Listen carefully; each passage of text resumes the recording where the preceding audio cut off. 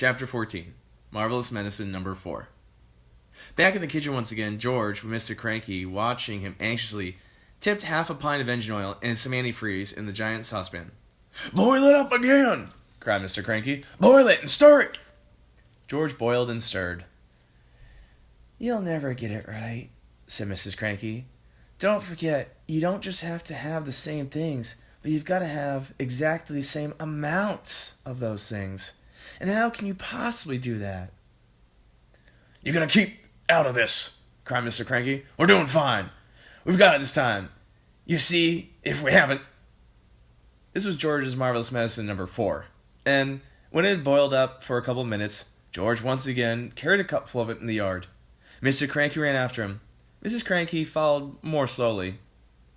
"You're going to have some mighty queer chickens around here if you're going to go on like this," she said.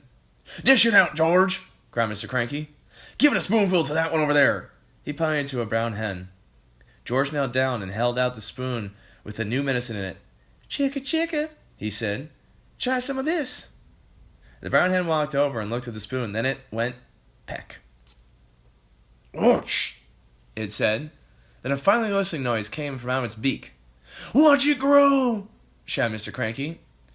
"Don't be too sure," said Mrs. Cranky. "Why is it whistling like that?" "Keep quiet, woman!" cried Mr. Cranky. "Give it a chance."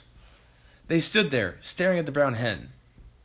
"It's getting smaller," George said. "Look at it, Dad. It's shrinking." And indeed it was. In less than a minute, the hen had shrunk so much that it was no longer than a new hatched chick. And it looked ridiculous.